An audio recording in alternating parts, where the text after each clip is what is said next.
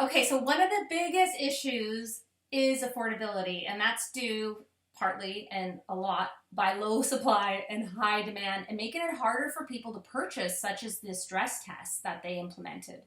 One thing is we need to make it a bit easier for builders and developers on the local levels to build more housing. I mean, we have heard, on this show, we've made stats on, we've mentioned the outlook of what the immigration growth and how growth is happening just naturally and in all different ways here, and that means we need more housing.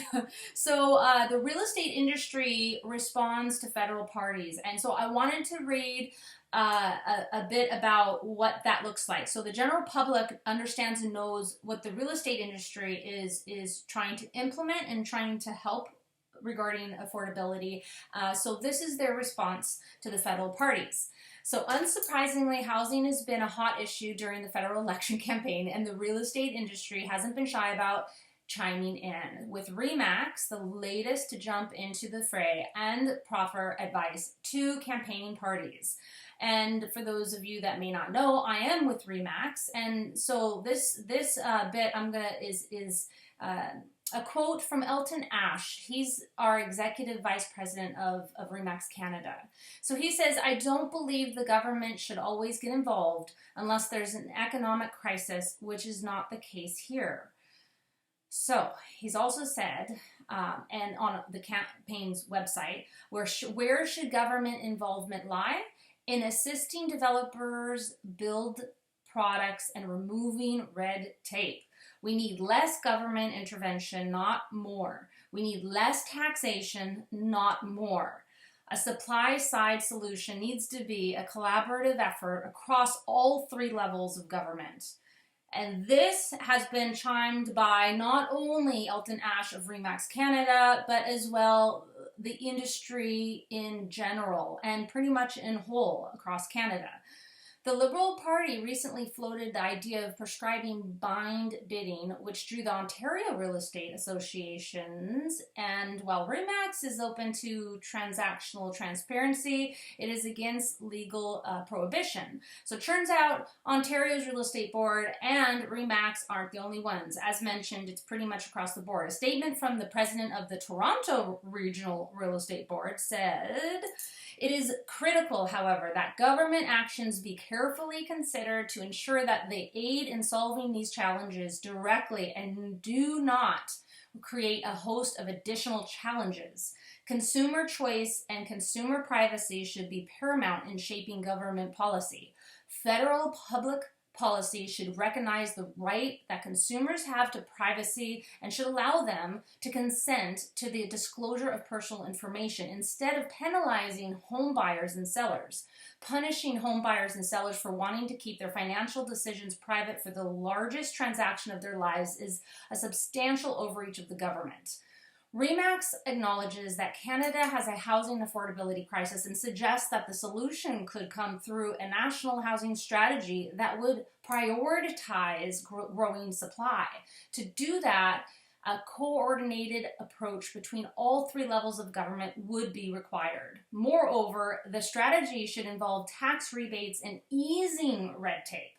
RE/MAX noted that in Toronto and Vancouver, it can take up to 2 years. And that's not the only areas. It can take up to 2 years to get a project approved, as well as incentivizing developers to build homes that families can move into without breaking the bank that are situated near transit hubs. But without springing into action quickly, Canada won't just have an issue with affordability, it will have a home ownership problem, especially for younger Canadians. First-time home ownership has always been a struggle. There's currently no economic crisis, said Elton Ash. In terms of what we know today, our government has staved off a market crash with responsible lending practices and by keeping the interest rate low. Federal regulators have responded responsibly in that area. The concern is that the health of the Canadian housing market doesn't become just a political platform with up to a 4-year window. This needs to be a long-term strategy, and it's all three governments. They all have to make this happen. So I wanted to now jump into this week. Let's see what the British Columbia Real Estate Board Association and the Fraser Valley Real Estate Board Association, members of which I am with, along with CREA, Canadian Real Estate Association, is asking each party when it comes to real estate issues. So this week we're going to talk, see what the Liberal Party has to say and the Conservative Party, and if we can move on. The next three, I think, will be next week. So keep watch. The NDP, Green Party, and a People's Party. So it's a two-part. I don't think we've ever had a sequel to a show before. I don't know if we have either, actually. This might be a first for us. It could be. I like firsts. This is exciting. Keep it exciting. I love it. All right, a two-part. I love it.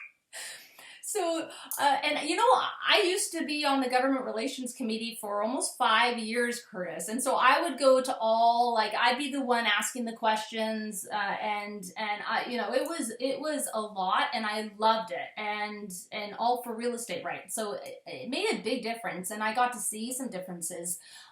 You know, so yeah, this is really important stuff. So, okay, the Liberals. So, some points that they are, that they're moving forward with is they want to build and preserve or repair 1.4 million homes in 4 years. So not sure what that looks like, because build, preserve, or repair. So those words. Also, they want to double the first-time home buyers tax credit from $5,000, what it currently is, to $10,000.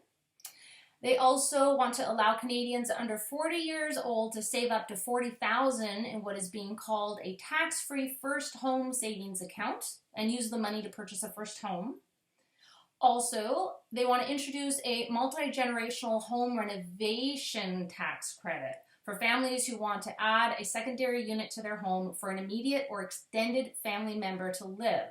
Families will be able to claim a 15% tax credit and up to $50,000 in renovation and construction costs. Then they want to temporarily ban foreign ownership in Canada, and this is one that is a bit of an issue for well, it's going to help with affordability in some way, but also when you ban foreign ownership, then that causes a whole bunch of other problems, and that's you just gotta.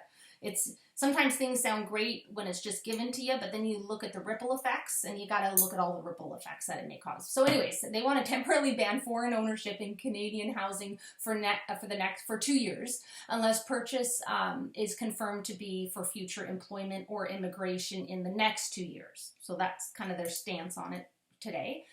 And also, they want to establish an anti-flipping tax on residential properties, requiring properties to be held for at least 12 months. Also, reduce the price charged by the Canadian Mortgage and Housing Corporation on mortgage insurance by 25% for new buyers. And then lastly, what we have that they stand for real estate issues is they want to introduce a rent-to-own program. The plan calls for $1 billion worth of loans and grants to develop and scale up rent-to-own projects with private, not-for-profit, and co-op partners. So pretty interesting. And then a quote we have from Kelly Villonis out of Chilliwack for the Liberal Party. Her quote is, "We have done great work so far, yet there is still so much more work to do to make housing affordable for all." She also has, quote, "Now is not the time to change course. It is time to continue with a plan that has shown progress, a real plan that is working and will continue to work." So the questions that the British Columbia, or let's talk about our local board, the Fraser Valley Real Estate Board, the two questions that they want to ask all parties is, number one, how will you work towards implementing the report's recommendations, such as making new infrastructure investments conditional on official community plans, zoning bylaws, and other local policies to allow for increased density and a mix of housing types? Because again, this first question and our second question all has to do with affordability. Just right down there. Sometimes things can be simple, and you just need to change a couple things to make a big difference. So that's one of the questions they want to ask. And in tandem, they're going to ask, because the parties they're getting our answers. Actually, we'll probably have them next week for you. So we'll have them here on the show most likely. But right now we don't have the answers to these questions. But in tandem, the other question is, would your government implement a national housing roundtable with all levels of government, builders, real estate professionals, and civil society organizations to address the housing challenges facing Canadians? So that's actually in tandem with that first question. And then this official second question, though, is they say for many Canadians, homeownership is out of reach. Lack of housing supply is the root issue, but there are measures that can help make owning a new home affordable, such as increased incentive and the ability to borrow to fund home purchases. So the question is, how would you respond to critics who argue housing affordability is a provincial and municipal issue that can only be solved with solutions at the local level, and that the federal government has limited levers to help Canadians with their housing issues? And what is your party planning at a federal level to help Canadians finance their first home purchase and realize their dreams of owning a home? So these are the questions that, the Fraser Valley Real Estate Board is there for the general public. Realtors are here for home sellers and buyers. So we're all here to actually, help real estate stay good, and any issues that there are, we want to help out with as much as we possibly can. So I wanted to make sure the general public knew what questions we're asking specifically in the short time that we get to ask the questions, and make sure you know the answers from each party so that you can make the best decision when you go to vote. And so let's then go to the Conservative Party and what their stance is on some real estate concerns and issues. So the Conservatives say that they want to build 1 million homes in the next 3 years. Interesting, they just use the word build. They're just not the Liberals had mentioned preserve or repair as well, but really it's,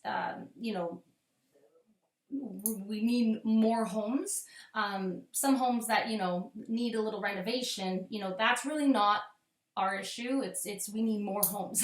So anyways, that's the difference in the 1.4 million that the Liberals mentioned to the 1 million that the Conservatives mentioned.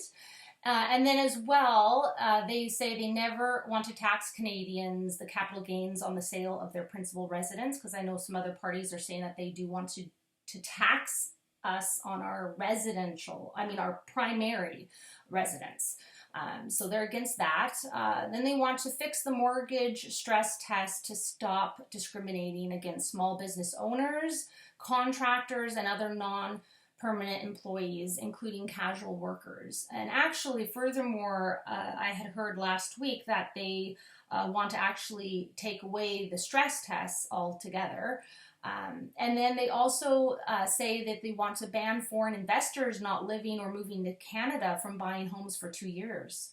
So, that's their stand on that as well. So, conservative leader quotes. So, Mark Strahl from Chilliwack, he's quoted, "It's time to face the fact we have a housing crisis in Canada." It's true. And then he's quoted, "The primary cause is that supply simply isn't keeping up with demand." And Strahl also said, "We need to treat this like the crisis it is. Years of study and delay will just leave more and more Canadians and newcomers trapped in inadequate or insecure housing. We need shovels in the ground, building enough housing, not just to keep up with, but to get ahead of population growth." So yeah, and it's so true. So though that is the Conservative parties and the Liberal party's stance on some real estate issues.